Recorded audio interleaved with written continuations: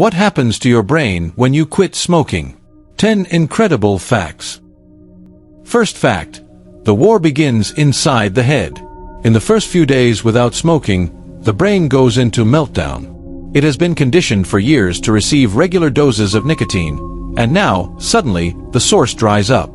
The brain receptors, accustomed to this chemical discharge, begin to send warning signals. It's like a disorganized army in the field. Dopamine, serotonin, and adrenaline go haywire. You feel irritation, anxiety, anger. But, in reality, it's the brain trying to relearn how to exist without the drug.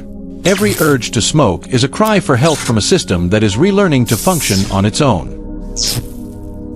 Second fact: the drop in dopamine. Dopamine is the neurotransmitter of pleasure. Nicotine released it in large quantities, tricking the brain and creating an illusion of instant well-being. When the cigarette disappears, the brain enters dopamine withdrawal. It's a void. The world seems grayer, moods fluctuate, and even simple things lose their shine. But, over the weeks, the brain begins to naturally rebuild its dopamine levels, replacing the chemical dependency with real stimuli, such as exercise, food, sleep, and natural rewards. Third fact: receptors under repair. Nicotine binds to specific receptors called nicotinic acetylcholine receptors. When smoking stops, these receptors become idle, causing an intense craving to smoke again.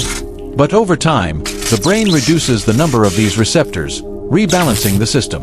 This takes about 30 days, and when this phase ends, the brain literally changes shape, cleaner, more functional, and less enslaved by nicotine. Fourth fact: the body follows the brain. After a week without smoking, the body begins to follow the mind. Oxygen circulates more efficiently, the blood becomes cleaner, and the sense of smell and taste regenerate.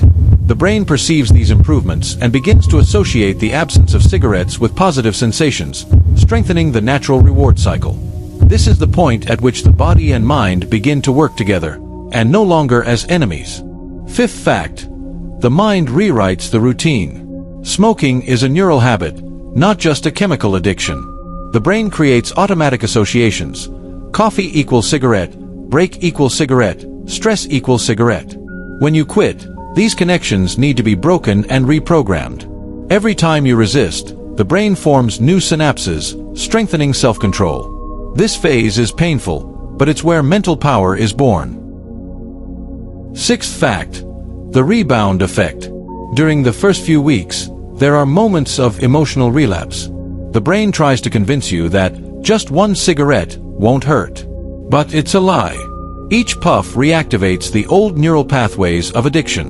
The secret is to understand: the craving isn't yours, it's your brain trying to return to chemical comfort. Recognizing this is the first step to mastering your mind. Seventh fact: the new pleasure. Over time, the brain begins to produce dopamine naturally in response to healthy activities. Walking, laughing, deep breathing, listening to music, everything begins to generate real pleasure, not artificial pleasure. The chemistry of the mind is restored, and genuine pleasure replaces the false pleasure of nicotine. Eighth fact: chemical freedom. After about 90 days, the brain completely rebuilds itself. The receptors normalize, mood stabilizes, and the feeling of dependence disappears. It's a neurological rebirth, when you realize that willpower isn't just a word, but a complete reprogramming of your biology. Ninth fact: the new identity. The ex-smoker stops fighting the addiction and starts fighting for themselves. The brain, previously conditioned to chemical submission, now understands that pleasure doesn't need a crutch. The mind becomes clearer, energy returns, and even creativity flourishes. It is at this point that the brain not only heals, it evolves. 10th fact: a free mind.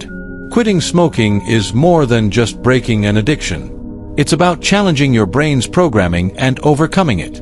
It's about looking inside and saying, I control my brain, not the other way around. Because nicotine was never the enemy. The enemy was the fear of facing your own mind. And when you understand that, what happens to your brain is simple. It becomes free.